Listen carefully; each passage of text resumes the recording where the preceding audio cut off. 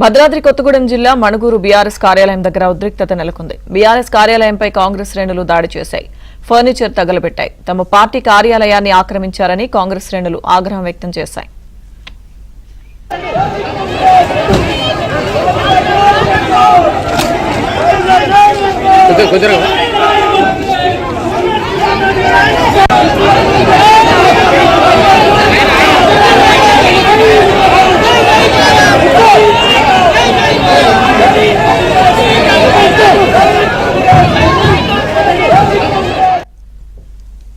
భద్రాద్రి కొత్తగూడెం జిల్లా మణుగూరు బీఆర్ఎస్ కార్యాలయం దగ్గర ఉద్రిక్తత నెలకొంది. బీఆర్ఎస్ కార్యాలయంపై కాంగ్రెస్ శ్రేణులు దాడి చేశాయి.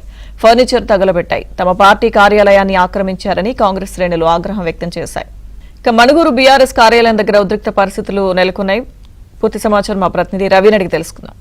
రవి, లక్ష్మీదుర్గ భద్రాద్రి కొత్తగూడెం జిల్లా మణుగూరులో బీఆర్ఎస్ పార్టీ కార్యాలయంపై కాంగ్రెస్ శ్రేణులు మూకుముడిగా దాడి చేసి ఫర్నిచర్ అంతా తగలబెట్టారు.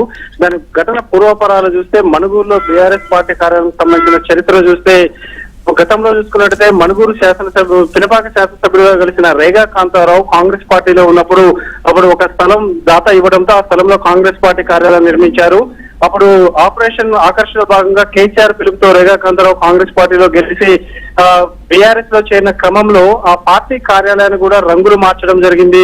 సో ఆ రంగులు మార్చినప్పుడే తను కాంగ్రెస్ పార్టీ కార్యాలయాన్ని ఈ విధంగా రంగులు మార్చడంలో పెద్ద ఎత్తున వివాదం రాసుకుంది. అసెంబ్లీ ఎన్నికల ముందు కూడా పిసిసి అధ్యక్షుడుగా రేవంత్ రెడ్డి కార్నర్ మీటింగ్ లో కూడా మణుగూరులో అప్పుడు సవాల్ విసిరారు. ఎవరైతే పార్టీ మారడమే కాదు గెలిపించిన కాంగ్రెస్ పార్టీకి ద్రోహం చేస్తూ ఏవైనా పార్టీ కార్యాలయాన్ని కూడా రంగులు మార్చారు, గులాబీ రంగు వేశారంటూ కూడా ఆ రోజు రేవంత్ రెడ్డి సవాల్ విసిన పరిస్థితి. మొత్తం చూసుకుంటే ఈ రోజు ప్రస్తుతం పినపాక శాసనసభ్యుడుగా పాయ వెంకటేశ్వర ఉండడం, కాంగ్రెస్ పార్టీ అధికారంలో ఉండడంతో మళ్లీ తమ కాంగ్రెస్ పార్టీ కార్యాలయాన్ని హస్తగతం చేసుకోవాలని స్థానిక కాంగ్రెస్ నేతలంతా కూడా పార్టీ కార్యాలయంలో ఉన్న ఫర్నిచర్ అంతా తగులబెట్టి దాడి చేస్తే అక్కడ ఉన్న పార్టీ గద్దెలు కూడా గులాబీ రంగు స్థానంలో 3 రంగులు వేయడం జరిగింది. ఓవరాల్ చూస్తే ప్రస్తుతం అక్కడ ఉద్రిక్త పరిస్థితి కొనసాగుతుంది. అక్కడ చూసుకున్నట్లయితే ఎవరు కూడా అక్కడ బీఆర్ఎస్ శ్రేణులు వచ్చి అడ్డుకునే పరిస్థితి లేదు. కేవలం ఆఫీసులో ఉన్న ఒక కొంత సిబ్బంది